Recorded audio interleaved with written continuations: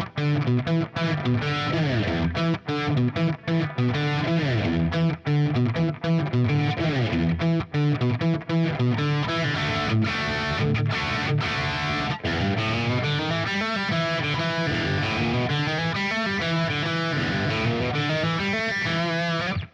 guys, it's Carl Brown for GuitarLessons365.com. Today we're going to learn how to play Break On Through to the Other Side by The Doors. So a lot of fun riffs in this one. We get to do a lot of legato licks, some little funky riffs, even some cool chords. So let's get into it here. We're going to start with that main riff that's used during the verse, and it's kind of muted. So lay your palm right in front of the bridge there, kind of mute the strings a tad. All right, we're going to play the low E open string first, and then over to the second fret on the D, and then the open D. Try this. Then you're going to go to the second fret on the A string. Try this. Then roll your first finger over back to the second fret on the D string and hit that twice. You see how I'm playing it very staccato, so I'm almost kind of releasing the pressure in the finger after I first hear the note. So we have this. Then back to the second fret on the A, then the open D. So we have this. Now as you're hitting that open D, it gives you time to jump up here to the 12th fret and play the 12th fret and quickly slide it down the low E string. So we have this.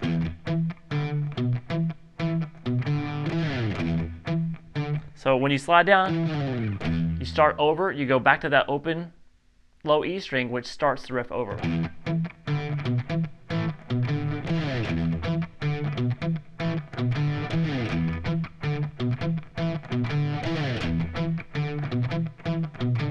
Now we have a pre-chorus coming up, which is just a D major chord,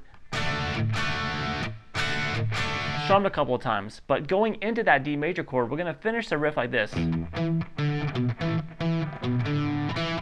So you're going to come back, you hit that open D, instead of coming up here, you're just going to grab the E there and kind of finish the riff out at the second fret on the D string, and then you jump into that D major chord. So the D major, that's all the pre-chorus is, and then the actual chorus sounds like this.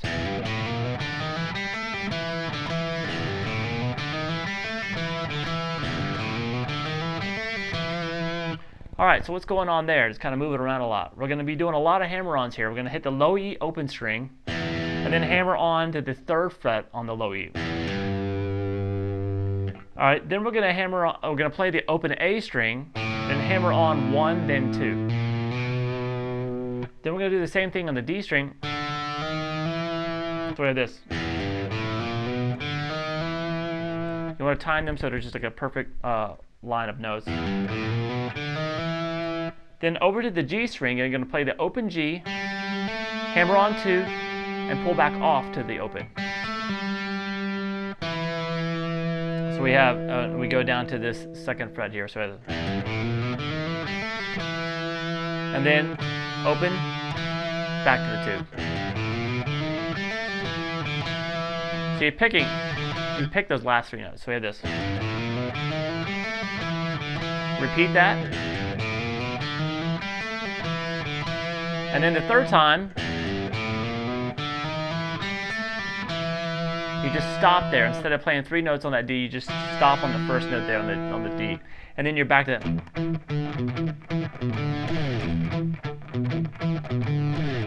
Which that's obviously the main riff in the song. It's played the most. Now that chorus that we just played has a couple of different endings that you'll find later on in the song. I'll go through the last chorus by itself because it's got a really extended ending. But you're going to hear this. You're going to hear, which we've already learned, and then he'll do this. So what he's doing there is he's just repeating the hammer-ons on the 6th, 5th, and 4th string, like this.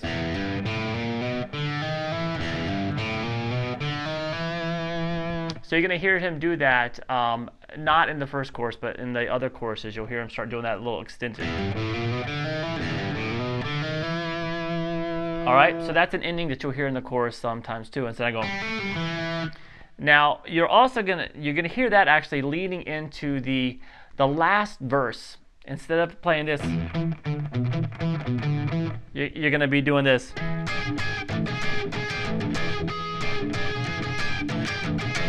Now it sounds really dissonant, and it's supposed to kind of sound kind of out there. Now what he's doing is he's borrowing his little finger at the 15th fret on the B and the high E string. Then playing the 13th fret here on the G string with his second finger, and then reaching across and grabbing the 12th fret here on the low E string. He's muting the A and the D string with the bottom of his first finger. And then he just kind of does a free...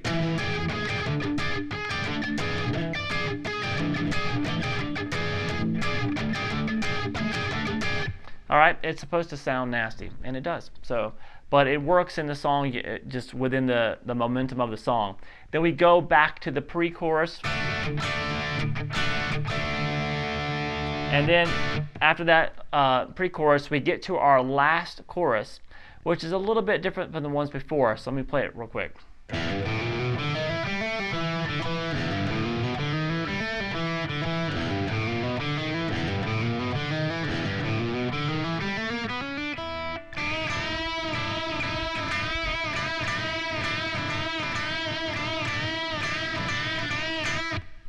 Alright, so it was a lot of the same stuff in the beginning. That riff twice. And then that same extended riff that we played earlier. Where you're just doing the hammer-ons across those three strings. So after you've done that twice, those hammer-ons,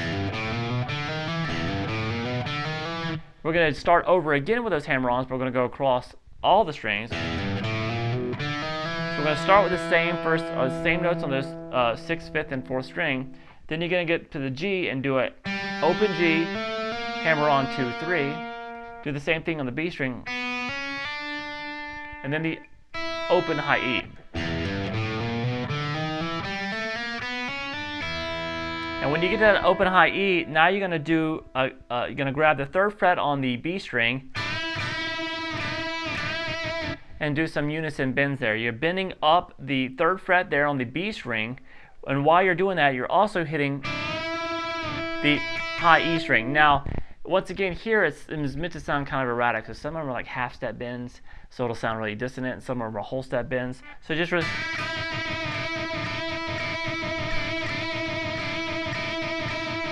and just kind of do a lot of that, just kind of you're bending in between those, just kind of really make it sound erratic.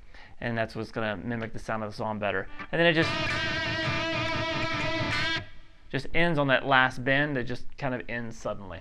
All right, so it's really fun to get those riffs up. A lot of them, especially that main verse of them, you can kind of really dig in.